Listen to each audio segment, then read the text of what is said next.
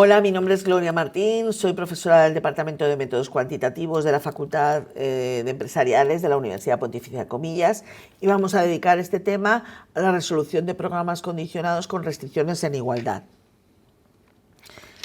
¿Qué vamos a hacer? Pues vamos a hacer un poco replicar aquello que hemos visto en vídeos anteriores sobre programas que no tenían restricciones.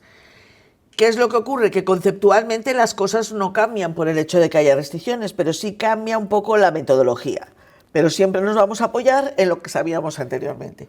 Entonces vamos a definir una condición necesaria de primer orden para poder determinar cuáles son los puntos críticos, cuáles son los candidatos a óptimos. Esto lo vamos a hacer a través del teorema de Lagrange. Luego vamos a ver una condición suficiente para distinguir si es máximo o mínimo local. Vamos a ver la suficiencia de la condición necesaria, que implica qué necesitamos para identificar si efectivamente tenemos máximo o mínimo globales.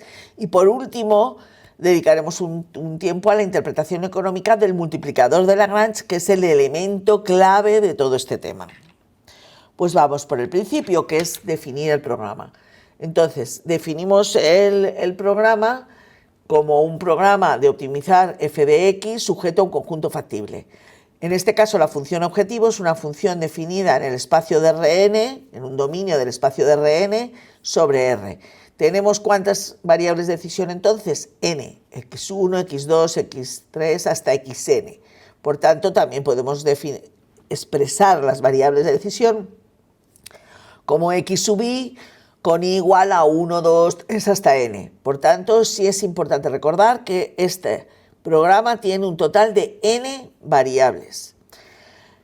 Y luego tenemos el conjunto factible K. Es un conjunto que tiene una serie de restricciones en forma de igualdad. De manera que entonces esas restricciones los vamos a indicar con el subíndice J. Luego J va desde 1, 2 hasta m. Luego tenemos un total de m restricciones. ¿Qué es lo que debe cumplirse? Lo que debe cumplirse para poder aplicar los teoremas que vamos a ver es que n sea mayor que m, por lo menos para aplicar este teorema. En otros casos, en otras circunstancias, podría no cumplirse esta condición. Pero en lo que nosotros vamos a ver va a ser necesario que n sea mayor que m. Las restricciones ya lo hemos comentado anteriormente, pero aparece ese término B sub j, que son el nivel de recursos, lo cual significa que como la restricción está en igualdad, estamos considerando que estamos agotando el nivel de recursos en cada una de las restricciones. Pues viendo cómo es el programa, vamos a ver cómo podemos obtener sus óptimos. Entonces tenemos la función objetivo f de x, definida de un dominio de Rn sobre R, y un conjunto de restricciones, un conjunto de un total de m restricciones, g sub j igual a b sub j con j igual de 1 hasta m, donde debe cumplirse que n es mayor que m. ¿Qué más debe cumplirse? Pues debe cumplirse lo que llamamos condiciones de regularidad. Las condiciones de la regularidad implican hallar aquellos puntos del conjunto factible que sean puntos regulares. ¿Y qué implican los puntos regulares? Pues puntos en los que la matriz jacobiana se alcance el rango máximo. Es decir, tenemos una matriz jacobiana que definiremos a continuación, obtendremos su rango, el rango se construye para ver efectivamente si coincide o no con el número total de restricciones. ¿Qué significa? Significa, lo vamos a ver un poquito más adelante, que los puntos que permitan que se dé esta circunstancia son los que llamamos puntos regulares. Y los puntos regulares también son donde vamos a encontrar los puntos candidatos a óptimo. Bajo estas hipótesis, el teorema de Lagrange dice que van a existir unos números reales únicos que conforman un vector de m componentes que se les llamamos multiplicadores de Lagrange. Y les hemos marcado ahí el vector lambda sub 0 compuesto de lambda 1, lambda 2 hasta lambda m. O sea, habrá un total de m lambdas. Estos lambdas son los que llamamos multiplicadores de Lagrange.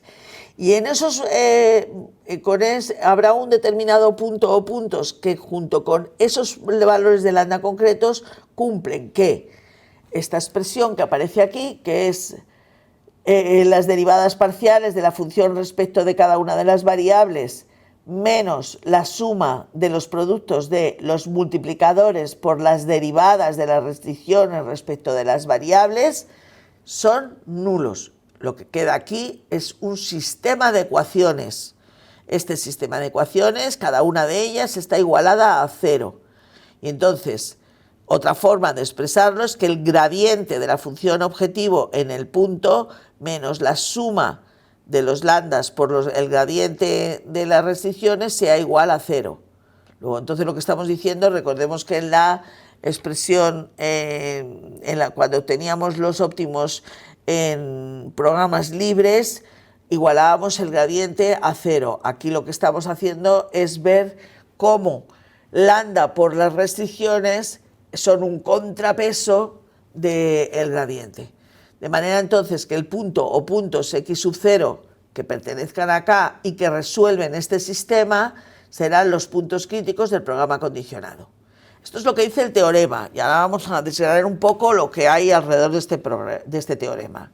Por un lado, lo primero que vamos a hacer es recordar que es la matriz jacobiana. La matriz jacobiana es una matriz en la que aparecen todas las derivadas parciales de todas las restricciones respecto de todas las variables independientes. Si a esta matriz le buscamos un rango y ese rango resulta ser M, lo que estamos diciendo es que tenemos un conjunto de M restricciones que son independientes entre sí, por tanto, necesarias para la obtención del óptimo. Si resulta que ese rango sale menor que M, es que habrá restricciones que puedan ser unas dependientes de las otras. Luego, si hay una dependencia entre las restricciones, en realidad no te están contando todas las restricciones, sino menos de ellas. Es decir, que ahí hay un valor que se puede tergiversar porque efectivamente estamos usando restricciones que no nos aportan nada, nos complican la vida y no nos aportan nada. Por tanto, lo primero que tenemos que ver es que efectivamente todas las restricciones cuenten y son independientes. Los puntos que permiten que esto ocurra son lo que llamamos puntos regulares, y entonces son los puntos en los que efectivamente puedo encontrar un óptimo sin error. Vamos a ver cómo en la expresión de ese sistema de ecuaciones del que hablábamos hace un momento aparece, y lo vamos a ver para la demostración del teorema para un caso muy sencillo, el más sencillo de todos, que es un programa de optimización que tiene dos variables independientes, xy, y una restricción g de xy igual a b. Entonces, este programa cumple las hipótesis que hemos dicho. Entonces, ¿qué cumple además? Cumple además que sobre la restricción se cumple el teorema de existencia de las funciones implícitas. ¿Qué quiere decir? Que en la restricción aparecen todas las variables juntas, pero no sabemos si efectivamente dentro de esas variables x puede ser función de y o y puede ser función de x.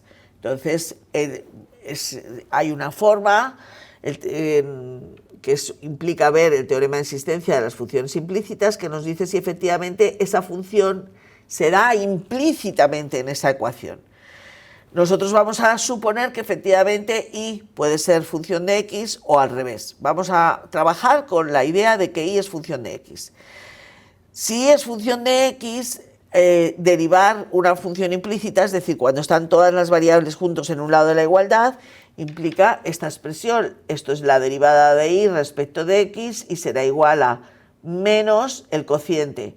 Arriba la derivada de la función g según x, abajo la derivada de la función g según y. ¿De acuerdo? Entonces, si es función de x, consideremos lo siguiente. Consideramos que podemos transformar el programa en uno libre. Porque f, que depende de x e y, hemos añadido que y es función de x. Por tanto, la función f se convierte en una función compuesta de x. La variable independiente pasa a ser solo x. ¿Y qué pasa? Que la condición necesaria de existencia de óptimos libres en una función que depende de una sola variable es que su derivada en el punto crítico sea nula. Por tanto, lo que vamos a exigir es que la derivada de la función compuesta en x0 sea nula. ¿Vale? Pues vamos a ver cuánto vale esta derivada. Por tanto, como es una función compuesta, vamos a derivar como una función compuesta. Toda esta expresión que está aquí a continuación, toda esta expresión en la que aparecen muchas derivadas, son todas derivadas en el punto, no nos olvidemos, ¿vale? Pero no se ponen para evitar, para que la demostración sea más sencilla. Si yo hago si hago la derivada de la función compuesta respecto de x, voy a derivar la función objetivo según x, luego voy a derivarla según y, pero voy a multiplicar por la derivada de y respecto de x, como una función compuesta. ¿Qué pasa? Que la derivada de y respecto de x ya hemos dicho que se podía expresar como menos el cociente entre las derivadas de g según respecto de x o g según y. Luego la sustituimos, este por este. Y esto tiene que ser igual a 0. A partir de aquí operamos y decimos, bueno, pues este término que es negativo pasa a ser positivo y aquí g' de x que está multiplicando pasa al otro lado dividiendo y este que está multiplicando se queda y este que está dividiendo se queda. Y lo que aparece aquí es una relación proporcional. Si es una relación proporcional es que es igual a una proporción, es decir, es igual a un número. A ese número le llamamos lambda. Luego, si esto es todo igual, el primer cociente es igual a lambda, que lo ponemos aquí, el segundo cociente es igual a lambda, que lo ponemos aquí. Y a partir de aquí despejamos y nos queda un sistema de ecuaciones, teniendo en cuenta que el punto siempre debe satisfacer la restricción.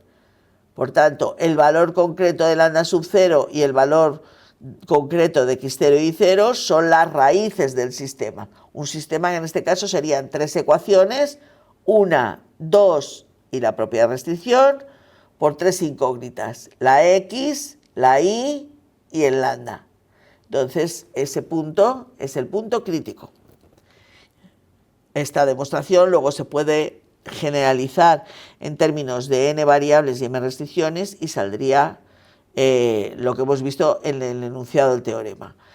Sin embargo, para poder hacerlo, lo vamos a hacer con una cosa que nos simplifica mucho la vida. Para obtener ese sistema de ecuaciones vamos a utilizar lo que llamamos la función lagrangiana. La función lagrangiana es una función que llamamos L, con esta L un poco gótica, y esta función va a depender de las n variables independientes y de los m multiplicadores de Lagrange. Y se define como el valor de la función objetivo menos lambda 1 por la restricción 1, lambda 2 por la restricción 2, menos lambda 3 por la restricción 3, así sucesivamente, es decir, menos la suma de los productos, que son los lambdas por cada una de las restricciones despejadas como g menos b. Entonces nos queda una función muy larga, pero resulta que en esa función está la función objetivo y las restricciones. Esto implica que el programa con restricciones en igualdad se ha transformado en un programa libre en el que la función objetivo es la función lagrangiana. Por tanto, aplicamos lo que sabíamos de óptimos libres, y que era que el gradiente de la función objetivo fuera nulo. Muy bien, pues lo que exigimos es que el gradiente de la función lagrangiana sea nulo. Los valores de x y los valores de lambda que anulan ese gradiente es lo que llamamos el punto crítico. Entonces, ¿qué pasa? Que a la hora de calcular ese gradiente vemos que nos va a quedar lo que veíamos en la restricción anterior, en la demostración anterior, estas ecuaciones. Y que nos va a quedar un sistema de n más m ecuaciones con m más m incógnitas, y el resultado del sistema son las raíces de ese sistema, que son los valores de las x sub i y los valores de los multiplicadores lambda sub j. Las m últimas ecuaciones va a resultar que son las propias restricciones, por eso en la demostración solo nos salían dos, pero decíamos, ojo, x0 debe satisfacer la restricción. Satisfacer la restricción es lo mismo que resolver en el sistema. Pues desarrollando el gradiente nos queda todo esto. Fijaos que quedaría la derivada de la función lagrangiana según x1, según x2, etcétera, hasta según xn. Y luego, al derivar la función lagrangiana respecto de lambda 1, todo se anularía menos la primera restricción. Al derivar respecto de lambda sub 2, todo se anula menos la segunda, etcétera, etcétera. Con lo cual, estas m ecuaciones finales en realidad son las propias restricciones. Con lo cual, esto es un sistema de ecuaciones de n más m incógnitas, de n más m ecuaciones con n más m incógnitas. Resolver este sistema podrá ser más o menos complejo, pero al final resulta que lo que nos da es el punto crítico. Veamos un ejemplo. Tenemos un programa de dos variables y una restricción. Aunque es un poco innecesario, vemos la condición de regularidad, que supone hallar el rango de la matriz 1, 1, porque la derivada según x es 1, la derivada según y es 1. Entonces, quiere decirse que efectivamente no tengo más que una restricción, es lógico que esa restricción es independiente respecto de ella misma. Definimos la función lagrangiana, que será la función objetivo, 6x² menos 60x más y² menos 24y, menos lambda por la restricción, despejada como g menos b. A partir de aquí, derivo la función lagrangiana respecto de x, derivo la función lagrangiana según y la derivo según lambda. Al derivarla según lambda, lo que me queda es la propia restricción. A partir de aquí resuelvo el sistema y la resolución del sistema me lleva a este punto con un valor de lambda concreto, que en este caso es menos 12 séptimos. Muy bien, pues a partir de aquí lo que hacemos es que hemos encontrado el punto crítico de este programa condicionado. ¿Qué necesitamos hacer? Identificar si es máximo o mínimo.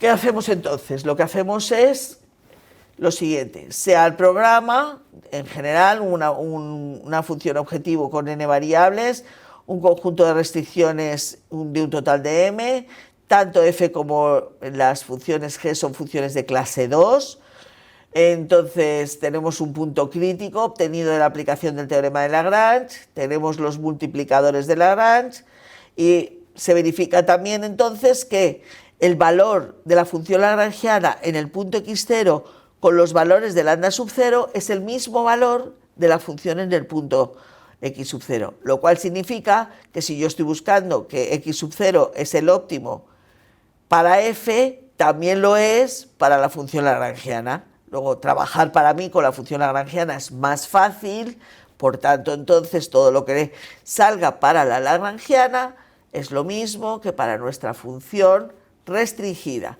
¿A qué está restringida? A un subespacio vectorial en el que el producto de la matriz jacobiana por los diferenciales sea nulo. ¿De acuerdo? Estamos viendo que efectivamente esto nos remitimos al cálculo de las formas cuadráticas restringidas. Y en este sentido, la condición suficiente de existencia de óptimo local implica un poco lo mismo que habíamos visto en óptimos libres. ¿Qué habíamos visto en óptimos libres? Que decíamos, la diferencial segunda tiene que ser positiva o negativa, por tanto me salía el incremento de la función positivo o negativo. Si el diferencial segundo, en este caso, es el diferencial por la matriz hessiana para las x de la lagrangiana por el diferencial, si es positivo tendré mínimo local estricto y si es negativo máximo local estricto. Esto tiene alguna circunstancia, vamos a aclararlo. A veces hablamos de condición suficiente fuerte cuando resulta que el cálculo de la diferencial segunda nos da un resultado directo en el momento que sustituimos el punto. Vemos que en la matriz hessiana sustituimos el punto, nos sale claramente definida positiva, podemos asegurar que la diferencial segunda es positiva y por tanto decir que hay un mínimo local estricto. ¿Que nos sale negativa? Pues entonces máximo local estricto. ¿Qué ocurre? Que a veces no sale el signo de forma inmediata, entonces es necesario restringir la diferencial segunda al subespacio del que hablamos. Y en ese momento es cuando estamos diciendo que es condición suficiente débil. Aquí pone fuerte, pero es débil. Entonces, ¿qué es lo que ocurre? Que si la matriz hessiana es definida positiva, será mínimo local estricto, y si es definida negativa, será máximo local, una vez que hemos restringido, es decir, hemos quitado grados de libertad. Si recogemos el ejemplo que estábamos arrastrando y nos habíamos quedado en que teníamos un determinado punto crítico, Aquí decimos, vamos a definir el subespacio de restricción. Esta era la matriz jacobiana. Si multiplico la matriz jacobiana por los diferenciales, me queda esta ecuación, diferencial de x más diferencial de igual a 0, de donde puedo deducir que un diferencial lo puedo expresar respecto del otro.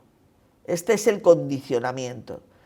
Entonces, a partir de aquí, hago la matriz hessiana para los valores de f de x y lambda, y de manera que me queda 12, 0, 0, 2. Que esto es una matriz automáticamente que sabemos que es definida positiva porque tiene autovalores positivos.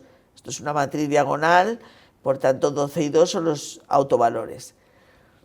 ¿Qué ocurre? Que la diferencial segunda en el punto que habíamos obtenido nos quedaba definida así, y aquí podemos ver que efectivamente 12 por diferencial de x al cuadrado, sea cual sea el diferencial, será positivo, 2 diferencial de y al cuadrado es positivo. Entonces, ¿qué ha pasado? Ha pasado que no he tenido que incorporar esto aquí, no es necesario. Hemos resuelto este problema mediante la condición suficiente fuerte y sabemos claramente desde el principio que en el punto crítico hay un mínimo local estricto.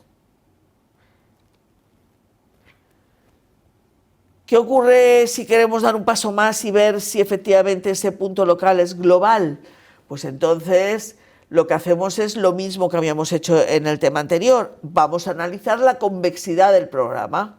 Entonces, ¿ahora qué ocurre?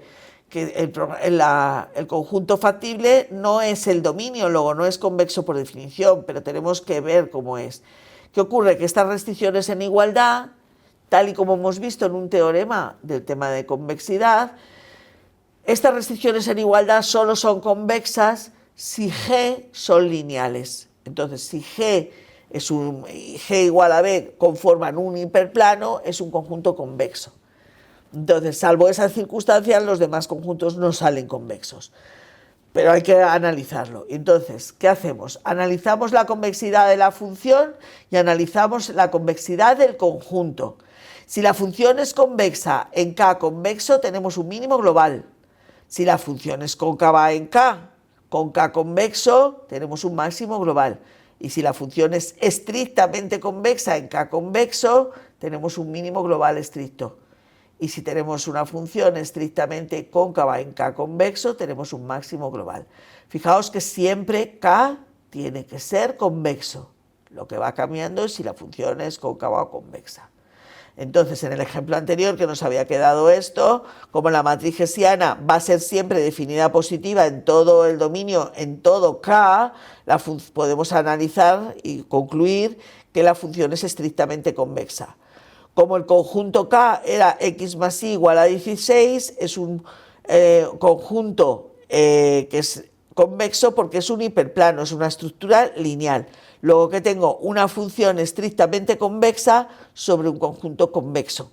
Luego puedo concluir que el punto crítico que creía que era un mínimo local resulta que es un mínimo global estricto. Entonces esto puede complicar más o menos las operaciones, pero es aplicar lo mismo que vimos en óptimos libres sobre la función lagrangiana. Por último, lo que vamos a hacer es qué significado tienen los multiplicadores de Lagrange. Fijaos que los multiplicadores de Lagrange van asociados a cada una de las restricciones. Cada multiplicador es una ponderación de la restricción sobre la función objetivo. Luego, entonces, lo que estamos diciendo es cuál es el peso de la restricción sobre la función objetivo. Entonces, ¿qué preguntas nos hacemos? ¿Cómo le afecta cada una de las restricciones al programa? Dependerá de lambda. Si yo cambio el resultado del óptimo, ¿cambiará el resultado del óptimo si el multiplicador es positivo o negativo? Evidentemente sí, porque la ponderación positiva o negativa no es la misma. ¿Y todas las restricciones ponderan por igual? Pues no, porque si yo tengo más de una restricción, tendré más de un multiplicador de Lagrange y no tienen por qué tener todos los mismos valores. Entonces, cada uno tendrá su valor. Entonces, para ello, lo que hacemos es ver cómo definimos el multiplicador de Lagrange. Esto exige una demostración larga desde la función lagrangiana, derivando la función lagrangiana respecto de un determinado nivel B sub j. ¿A dónde llegamos? Pues el final de esa demostración implica que un valor del multiplicador lambda es la derivada de la función en el óptimo respecto del b sub j asociado a ese multiplicador. Es el mismo j.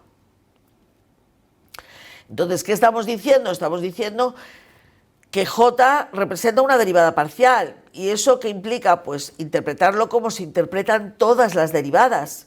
Es decir, cómo varía de forma aproximada la función objetivo en el óptimo ante variaciones unitarias del nivel de recurso. Entonces, eso es el valor de lambda. Como son derivadas, son un límite y por tanto podemos expresarlo al ser una función diferenciable de manera proporcional entre incrementos. Y esto es una relación de aproximación. Luego lo que estamos diciendo es que la variación de la función en el óptimo es aproximadamente lo que varía el lambda un determinado incremento del nivel de recursos. Normalmente consideramos que este incremento de B es 1 o menos 1. Luego, entonces, ¿qué va a ocurrir? Que el lambda sub j, que puede ser más grande o menos grande, positivo o negativo, va a influir en cómo queda este incremento de la función, que es el valor en el óptimo. Claro, no se interpreta igual si ese valor en el óptimo es para máximo que para mínimo. Una variación en un máximo que implica crecer, pues implica ir a una situación mejor, pero si implica decrecer, implica alejarnos del óptimo y esto no es interesante. Si resulta que es mínimo, lo tendré que interpretar al revés. Si el lambda es positivo, se interpreta de una manera para máximo o al revés para mínimo. Y si incremento B en una unidad no es lo mismo que decrecer en una unidad. Por tanto, la interpretación del lambda, ¿de qué depende? Depende de tres cosas. De si el óptimo es un máximo o un mínimo, de cuál es el valor y el signo del multiplicador y de si la variación del recurso es creciente o decreciente.